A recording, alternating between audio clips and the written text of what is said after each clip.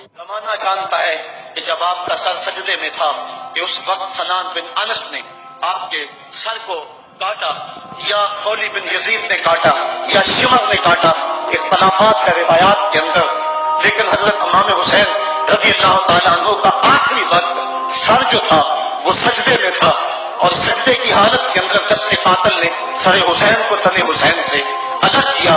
یہ دنیا کے سامنے حضرت امام نے اپنا اسوہ رکھا کہ یہی تو پیغام میں دینے آیا ہوں، یہی تو جو ہے وہ تحریر میں نے کربلا کی ریت پر اپنے خون سے رقم کرنی تھی کہ یہ سر کٹ سکتا ہے لیکن جھکے گا تو صرف اپنے مالک کی چوکھٹ پہ جھکے گا، یزید کے سامنے یہ سر جھک نہیں سکتا ہے۔ تو حضرت امام حمام رضی اللہ تعالیٰ عنہ نے کربلا کے تپتے ہوئے ریگزار میں جب 72-73 لاشیں خیموں کے سامنے پڑے تھے اور اتنے زخم کلیجے پہ تھے، راوی کہتا ہے کہ جب آپ کی قمیض اتاری گئی تو 113 سوراخ اس میں تیروں کے تھے، 33 زخم نیزوں کے تھے، 34 گھاؤ تلواروں کے تھے، اتنے زخم جسم کے اندر اور جسم چور ہے زخموں سے۔ لیکن حضرت امام حسین نے جب پیشانی سجدے میں رکھی تو آخری لفظ یہ تھے، اللہم رسن بقضائک وصبرا علی بلائک تسلیما لامرک سبحان ربی الاعلی۔ مالک تیری تقدیر پہ راضی ہو گیا ہوں، مالک زخم سے پہ بھی میں مسکرا رہا ہوں، مالک تیری طرف سے جو دکھ آئے میں نے ان کو قبول کیا، جے سونا میرے دکھ وچ راضی کہ میں سکھ نو چلے ڈاواں، مالک میں سب کچھ قبول کیا، حسین تیری رضا پہ راضی ہے، میرے مالک تو بھی بتا تو بھی حسین پہ راضی ہوا ہے کہ نہیں ہوا ہے۔ آواز آ رہی تھی اس پیاسے پر علی شیر خدا کو ناز ہے، اس نواسے پر محمد مصطفیٰ کو ناز ہے، اوروں نے بھی سجدہ کیا پر اس کا عجب انداز ہے، اس نے وہ سجدہ کیا جس پر خدا کو ناز ہے۔ اے حسین ابن علی تم پر سلام، نازش آل نبی تم پر سلام۔ آج لہجہ بھی دم توڑ رہا ہے اور سورج بھی درد غروب سے زرد ہو رہا ہے، وقت کے دامن میں گنجائش نہیں کہ میں اس مضمون کو چھیڑوں، آؤ ہم سلام کرتے ہیں۔ یہ سورج سامنے چمک رہا ہے، میں یہاں بیٹھا سوچ رہا تھا کہ ہم نے تو نہیں دیکھا، اے سورج دوپہر کا وہ منظر تم نے تو دیکھا تھا جب کربلا میں حسین کا سر کٹا تھا، جب گھر لٹا تھا، جب خیموں کو آگ لگی تھی، جب سکینہ رو رہی تھی اور جب گھوڑا خالی پلٹا تھا اور سکینہ پوچھتی تھی گھوڑے تو خالی آ گیا ہے، حسین کہاں چھوڑ آیا ہے۔ آج یہ سورج یہ چمک چمک کے وہ ہمیں کہانی سنا رہا ہے اور ہمیں پیغام دے رہا ہے کہ نبی کے نام پہ حسین نے تو سر کٹا دیا۔ آج تم کہتے ہو دین پہ چلنا بڑا مشکل ہے، تم شور ڈال رہے ہو، جن کے لیے مسجدوں میں قالین بچھے ہوئے ہیں، گرم پانی دستیاب ہے اور ان کے لیے مسجدوں میں آسائشیں موجود ہیں، اور پھر بھی وہ کہتے ہیں دین پہ چلنا بڑا مشکل ہے۔ ذرا دیکھو حسین ابن علی کو سجدے میں سر رکھ کے، پیشانی رب کے حضور رکھ کے، حسین ابن علی کہہ رہے ہیں مالک میں سر کٹا کے بھی تیرے حضور حاضر ہوں اور تجھ پہ راضی ہوں، تو بھی بتا کہ تو بھی حسین پہ راضی ہے یا نہیں ہے۔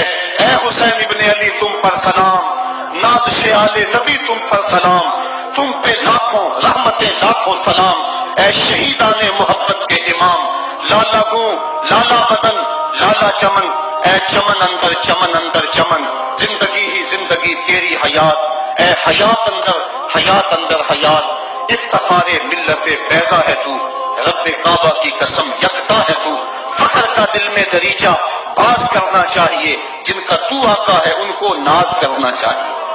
آج ہم ناز کرتے ہیں حسین ابن علی پہ، ہم آ حسین والے نہیں ہیں، ہم واہ حسین والے ہیں۔ واہ حسین تیری عظمت کو سلام، اتنے زخم کلیجے پہ ہو تو کھڑا نہیں ہوا جاتا، لیکن جبر کے خلاف کتنی قوت سے کھڑا ہے۔ حسین ابن علی نے اپنا نمونہ لوگوں کے سامنے رکھنا تھا۔ اقبال کہتا ہے سرخ رو عشق غیور از خون او، شوخی این مصرع از مضمون او۔ یزید مٹ گیا، یزید کا نام مٹ گیا، اس کا تشخص مٹ گیا، حسین کل بھی زندہ تھا، حسین آج بھی زندہ ہے۔ مرتا تو وہ ہے جس کی فکر مر جائے، مرتا تو وہ ہے جس کا نصب العین مر جائے، مرتا تو وہ ہے جس کا مصر ختم ہو جائے۔ حسین کا نصب العین زندہ، حسین کی فکر زندہ، حسین کا مصر زندہ، حسین زندہ، حسین کا نانا بھی زندہ۔ آج بھی ہزاروں کروڑوں اربوں انسان حسین کا نام لے کے جی رہے ہیں۔ میں کہتا ہوں اگر کوئی یزید کا نام بھی لیتا ہے تو وہ سر جھکا کے دیتا ہے. کیسا تمہارا لیڈر ہے جس کا نام لیتے ہوئے بھی تمہیں شرم آتی ہے؟ نام لینے سے پہلے سر جھکاتے ہو, نام لیتے ہوئے پسینہ پسینہ ہوتے ہو, نام لینے کے بعد منہ چھپا لیتے ہو. تمہیں اپنے قائد اور اپنے لیڈر کا نام لیتے بھی شرم آتی ہے, اور جب ہمارے لبوں پہ نام حسین آتا ہے ہمارا قد اونچا ہو جاتا ہے, ہمارا سر فخر سے بلند ہو جاتا ہے. فخر کا دل میں دریچہ باز کرنا چاہیے, جن کا تو آقا ہے ان کو ناز کرنا چاہیے. تو حسین ابن علی نے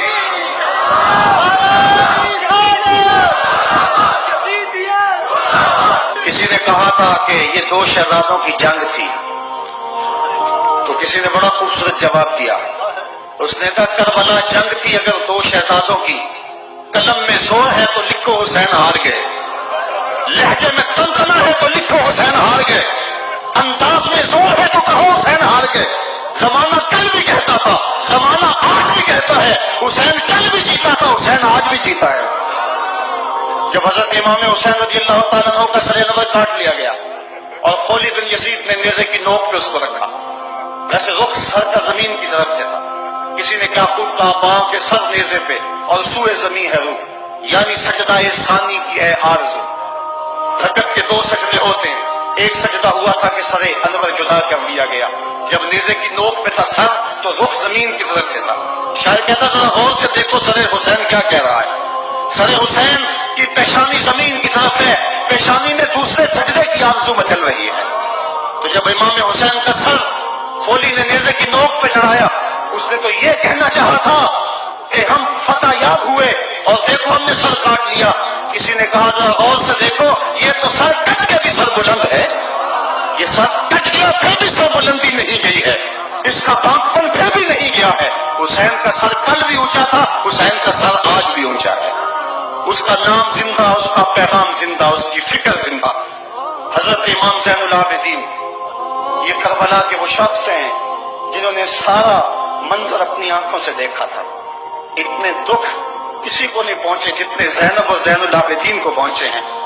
سب منظر کھلی آنکھوں سے دیکھا.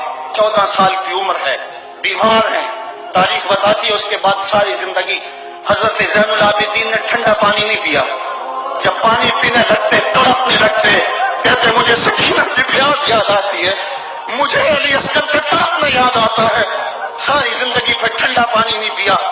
حضرت امام زین العابدین نے یہ سارا منظر کھلی آنکھوں کے ساتھ دیکھا تھا, اور پھر آپ نے دمشق کے بازاروں میں بھی اور کوفے کی گلیوں کے اندر بھی سروں کا یہ قافلہ اپنی قیادت کے اندر جو ہے وہ گزارا تھا. جب یزید کے دربار کے اندر حضرت امام زین العابدین پہنچے تو یزید نے پہلے تو جو ہے وہ دکھ کا اظہار کیا. بعض لوگ یہاں سے یزید کی بریت کا اعلان کرتے ہیں. یہاں کسی نے بڑی خوبصورت بات کہی کہ قاتل کی پشیمانی مقتول کی اہمیت کو تو بڑھا سکتی ہے لیکن اس کے دامن سے قتل کے داغ کو نہیں دھو سکتی. تو اس نے یہ سب کچھ کیا, یہ بس اس کے ٹسلے تھے جو وہ بہانے لگا, لیکن بعد میں اس نے حضرت امام حسین رضی اللہ تعالی عنہ کے دانتوں کے اوپر جو ہے وہ چھڑی مارنا شروع کر دی. تو حضرت ابو برزہ اسلمی صحابی رسول وہاں موجود تھے, وہ کھڑے ہو گئے, بدن کانپتا ہے ان کا, کہنے لگے ظالم ارفع قدیبہ کا, یہاں اپنی چھڑی ہٹا لے. میں نے اپنی ان آنکھوں سے دیکھا ہے کہ کان رسول اللہ صلی اللہ علیہ وسلم یلجمہ, حضور نے ان ہونٹوں کو خود چوما ہے. تو یہ کہہ کہ آپ دربار سے نکل گئے اور روتے تھے, آپ کے بدن پہ کب کی بتاری تھی. بعد میں یزید نے کہا حضرت غلطی ہو گئی اور یہ میں نہیں چاہتا تھا, بتائیں آپ کی کوئی شرط ہو. تو آپ نے فرمایا میری 4 باتیں مان لو. ان 4 باتوں میں ایک بات یہ تھی کہ سر حسین اور سر شہیداں ہمارے سپرد کر دو تاکہ ہم کربلا جا کے ان کی تدفین کر سکیں. دوسری یہ تھا کہ ہمیں مدینہ حفاظت سے پہنچا دو. تیسری شرط یہ تھی مجھے جو ہے وہ جمعے کا خطبہ دینے کی اجازت دو آج دمشق جامع مسجد کے اندر. چوتھی بات آپ نے یہ فرمائی کہ قاتلان حسین جو ہے وہ میرے سپرد کرو. اس نے کہا کون ہے قاتل حسین کا؟ لوگوں نے کہا خولی ہے. خولی نے کہا میں نے قتل نہیں کیا, یہ سنان بن انس نخی نے کیا ہے. سنان بن انس نخی کو کہا ہاں تو بتا. کہنے لگا میں قتل کیوں کرنا تھا, یہ تو شمر ذل جوشن نے کیا ہے. شمر ذل جوشن کو کہا تو بتا. کہنے لگا میں نے قتل نہیں کیا, میرا کون سا حسین نے کچھ بگاڑا تھا، قتل اس نے کیا ہے جس کی حکومت کو خطرہ تھا. تو یہ ہے، وہ ہے قاتل حسین کا. اب یزید کہنے لگا تمہاری یہ شرط تو میں پوری نہیں کر سکتا، یہ بات تو پوری نہیں کر سکتا، اب خطبہ دے لو. اب حضرت امام زین العابدین خطبہ دینے کے لیے کھڑے ہوئے. خطابت تو اس گھر کی لونڈی ہے، جب یہ بولتے ہیں تو حکمت کے موتی دولتے ہیں.